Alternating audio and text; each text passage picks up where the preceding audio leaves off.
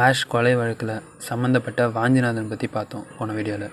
இப்போது நீலகண்ட பிரம்மச்சாரியை பற்றி பார்க்கலாம். ஆஷ் வழக்கில் கைது செய்யப்பட்ட நபர் இவர்.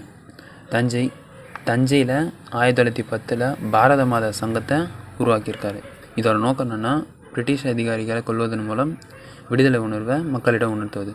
இவரோட பத்திரிகை சூரியோதயம் புதுவையில் வெளியிட்டிருக்காரு. வாஞ்சிநாதன் ஆஷ் கொலை வழக்கில் சம்மந்தப்பட்டதுக்கு முன்னாடி இவரை சந்திச்சிருக்காரு. அந்த சங்கத்துலேயும் இணைஞ்சிருக்காரு. ஆஷ் கொலை வழக்கில் 7 ஆண்டுகள் சிறை தண்டனை, அப்புறம் தப்பிக்கிறாரு, திருப்பியும் சிறையில் போட்டுடுறாங்க. 1922 வங்க போராட்டம் 10 ஆண்டு சிறை தண்டனை விதிக்கிறாரு. வாவேஸ்வயர் ஆசிரமம் ஒன்று தொடங்குறாரு. பாரத ஜோனா ஆசிரமம் சேரமாதியில். அதே போல் நீலகண்ட பிரம்மச்சாரியும் நந்திமலையில் ஆசிரமம் ஒன்று தொடங்குறாரு.